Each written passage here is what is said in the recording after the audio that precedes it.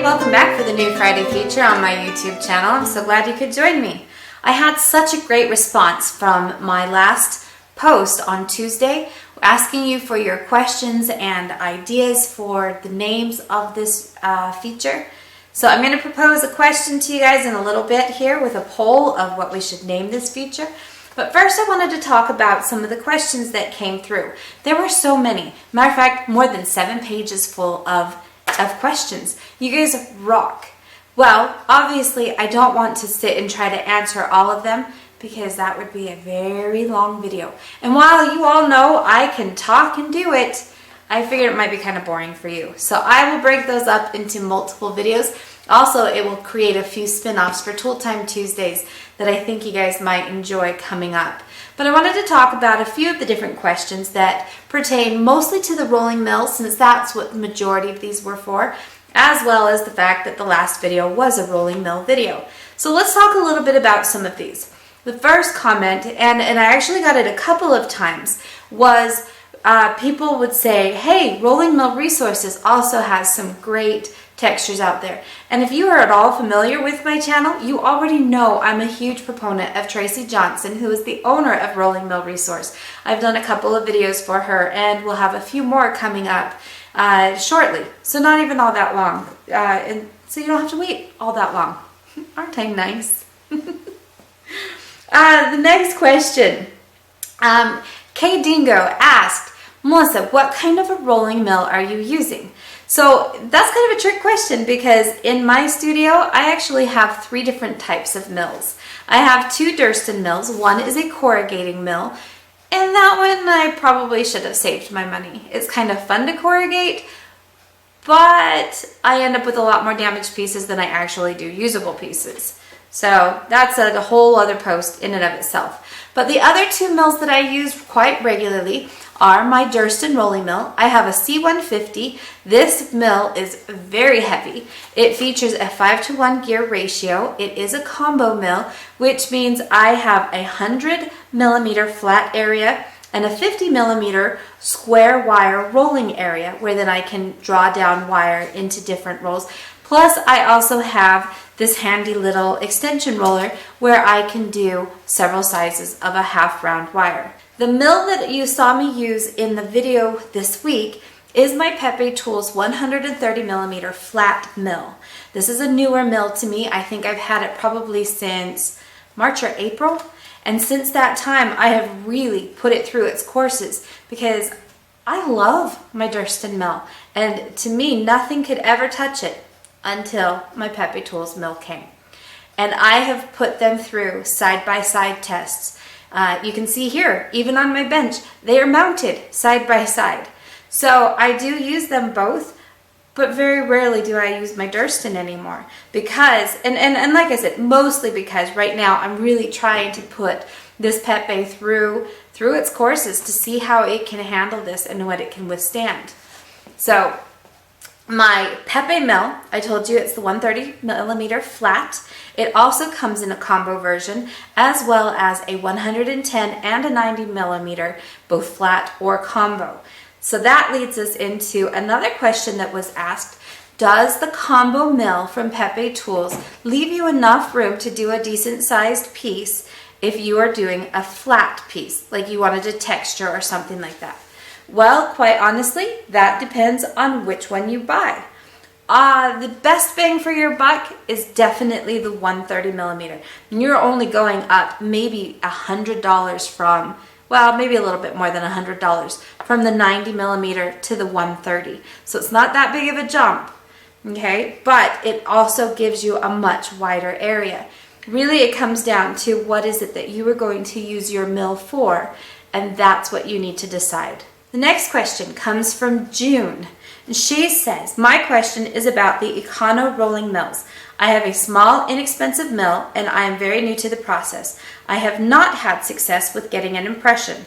What are the advantages to purchasing a more expensive mill? Do they give better results easier, or will any mill give good results if it's done properly? That's kind of a loaded question. So my experience with the economy mills, June, is probably the same as yours. I have not had consistent results. Every now and then I get a good result, but it's not consistent. I found that when I was using them, I would get everything adjusted, I would get the tension set just right, and as soon as I started to give a little bit of pressure and push my thing through, a gear would slip and it would change the tension, and my one side of my roll would be tighter than the other, so then things would be curved. This part would have a good impression, this part would not. When it comes to studio equipment, I'm becoming more of a tool snob. However, I'm still very practical, economical. Believe it or not, I actually purchase the majority of the tools that I demo or review here in my studio. And so that doesn't necessarily leave me a lot of money because I'm not making much money doing videos. So what do? There are definitely times where I say, you know what, go to Harbor Freight and buy that. Or hey, go buy the economy line of that. But there are certain tools that I will always say, spend your money one time and spend it right. Your rolling mill would be one of those times.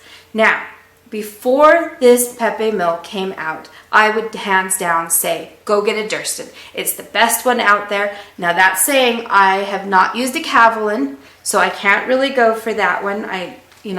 Durston was the only thing that I'd had experience with at that time, and I loved it. As you can see, I have it here in my studio. Now I've added the Pepe mill, and hands down, for the cost, I would do that one in a heartbeat. I love it. And I'm not saying that because you can purchase it through me, because as you guys already know, I'm only going to give you my full feedback, honest feedback on the tools that I truly love. Well, I'm going to give you the full feedback on the ones I don't love, but I would only suggest you get the ones that I love. And this is definitely one of those that I could save hundreds of dollars. Why does a Durston cost more than a Pepe? Really, the biggest reason right there is the shipping. It's coming from the UK and it is heavy. So they're made similar as far as they've got their unibody. They have great components into them. I personally actually really like the finish that's on my Pepetools mill versus the one that's on my Durston. Now, Durston may have changed them. I've now had my Durston for about 8 years, so I can't say anything to their new economy line of mills and how that compares because I have not tested that. But in my opinion, it is definitely worth investing in a decent rolling mill if this is a tool that you are going to be using in your studio. Otherwise, you're just asking for a lot of headaches. The next question comes from Valina. Now, if I slaughter names, I totally apologize. I never claimed I was really good with names, so just be aware of that. And she says, getting a good impression all the time with my rolling mill instead of sometimes is an issue. It is for all of us. And really what it's going to come down to is a test piece. Always do a test piece, especially on a piece that matters. Now, that's like the kettle calling the pot black because I don't always do test pieces. You guys saw how I did my video on Tuesday. I put it in there, I tightened it up a little bit, backed it out, kind of looked at my result, and then gave it a little bit of a twist and put it through again. I did not run a test piece, okay? But that also means that sometimes I will get inconsistent results. Sometimes they will be fantastic, and other times they're a total dud, which is really frustrating when you do it on a nice piece of silver when you have a texture that can be used only one time. Ask me how I know. It was really sad. Jackie asks, can I achieve this using a hydraulic press? I don't have a rolling mill. Again, that can go a couple of different ways. Can you achieve the same results that I received with a cupcake wrapper on 20 gauge silver with a hydraulic press? Probably not. Could you have received those same results using a thinner gauge of silver? Probably. Is it going to be as easy? No, it won't. Okay, the mechanism in which you are doing your imprinting is done differently. And when you're working with a hydraulic press, you're not actually roll printing or imprinting, but rather you are embossing, which is going to be a little different. And I will have a video coming up on that shortly. I had 2 different people ask questions about using the embossing folders at like the craft store that's used like with the Sizex Big Kick or something like that. So what about those? Can you use those? I've had fantastic results using those with annealed metal, especially if it's thinner. And that's kind of nice because it gives you more of a lightweight material, and by putting it through one of those, you are also strengthening the metal. Now, the other part of the question for that was, does it damage these embossing folders? Or can I use the embossing folders with a rolling mill? No, you cannot use the embossing folders with the rolling mill. Well, I'm sure you can, but I wouldn't expect to have it last more than just one time. Okay, so they're not meant to have a ton of pressure, but by using them, you can actually emboss your metal quite nicely. And I will again have another video follow-up on this particular topic, because I do use 20 gauge copper and silver and put it in one of those embossing folders and run it through the Sizex Big Kick, but you get inconsistent results, and yes, you definitely damage the folder. So that at that point becomes a consumable item. They're not that expensive, but it is something that you kind of need to weigh if that's what you're going to use. Toby asked, why do you use the heavy paper backing rather than only put the metal pattern through? Good question, Toby. Now, you guys saw that I had my cupcake wrapper, and I had my metal, and I put it together, and then I followed that up with the piece of paper and put that through as a sandwich. Now, the reason for this is, if I put this through with just the cupcake wrapper, am I going to get an impression? Yes, I am. But by adding also the thick paper, and you can kind of see what it does to the paper. It's compressed in certain areas where it's been rolled through, and then it's still flat, or not compressed in the area where it didn't really touch. By using this paper, you give a little bit of a pusher that's going to push your metal up against your pattern a little bit more. And what that's going to do is force your metal into the pattern areas, or the recessed areas, just a little bit better, so that you get a better texture on this. So, good question. And that also leads to another question that was asked a couple of times, is why did I put the pattern, or the padding, the paper here, the thicker paper, why did I only put it on one side, not the other? Aren't I worried about my roller getting damaged? When I'm working with paper and copper and silver or brass or aluminum, nope, I am not one bit worried about damaging my roller at all.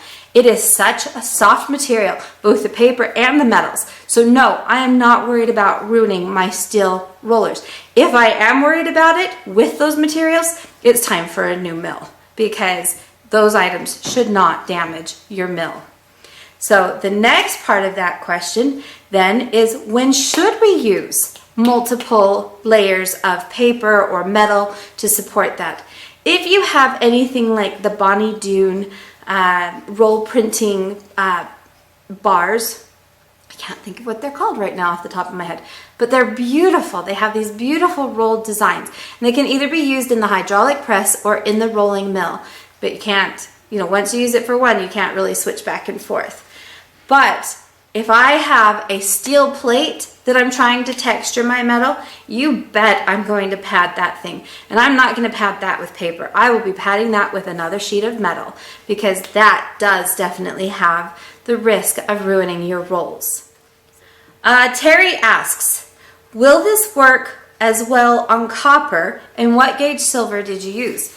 In my video, I used 20 gauge silver. And will it work on copper? Oh yes, it will. Beautifully, in fact. So I want to show you, this is my 20 gauge copper. Hopefully you guys can see that. So I got every bit as a beautiful impression and design on there. Now, that also brings up the next question, and about 3 or 4 people asked it.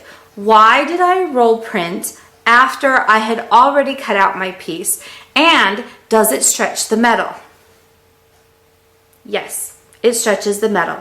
In this case, I had about a ½ inch of growth. Now, is that what was desired? Probably not. So why did I do it that way? Well, quite honestly, because I wanted to shoot the video very quickly, and I happened to have a sterling silver blank already punched out, and it was easy for me to grab and show that as a demo. What do I have to do? Well, because I get about a 1/2 inch of growth on that, I needed to cut that down. So I can either take, another one that is the proper size, trace that, and then just cut it out and file it, which is what I did.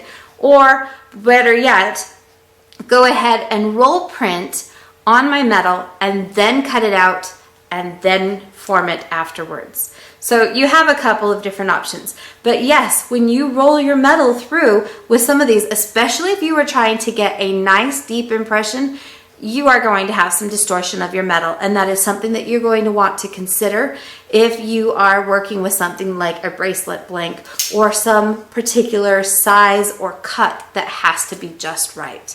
And at that point, yes, I typically will do my texturing first and then come back and cut out my piece.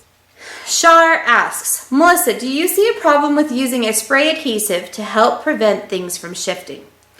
Shar, I actually haven't used this in this particular case. I do use that spray adhesive sometimes to adhere a pattern for when I'm going to do piercing, but I haven't tried it with my metal trying to roll that through.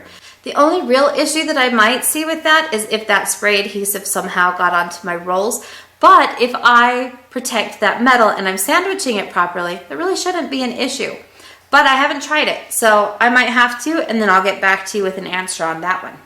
Kim Marie says, I would like to know about rolling mill maintenance. I live at the beach. Do I need to do anything extra because of the humidity? Yes. In short, yes. You have a tool here that is steel, and that loves to create rust. Okay, so I lived in Ohio when I very first set up my studio, and then we moved just outside of Portland, Oregon. So I have dealt with a lot of humid environments. I really like living in Utah. The tool maintenance is so much easier. Dry air is great for tools, but that doesn't help you. So what do? I have a couple of different things that I do. Even here in Utah, because my studio is in the basement of my home, it tends to get a little bit more moist down here. So I still run a dehumidifier at least 2 or 3 times a week, sometimes only 1. But the other thing that I will do is protect my rolls with different types of chemicals. So the first, this happens to be a sharpening stone oil, but it's just like a machine oil. That would work well. A 3-in-1, a tap magic, anything like that. I usually keep my rolls pretty well oiled. So sometimes before I roll my metal through, I'll actually roll a paper towel through or just wipe down my rolls a little bit just to protect those.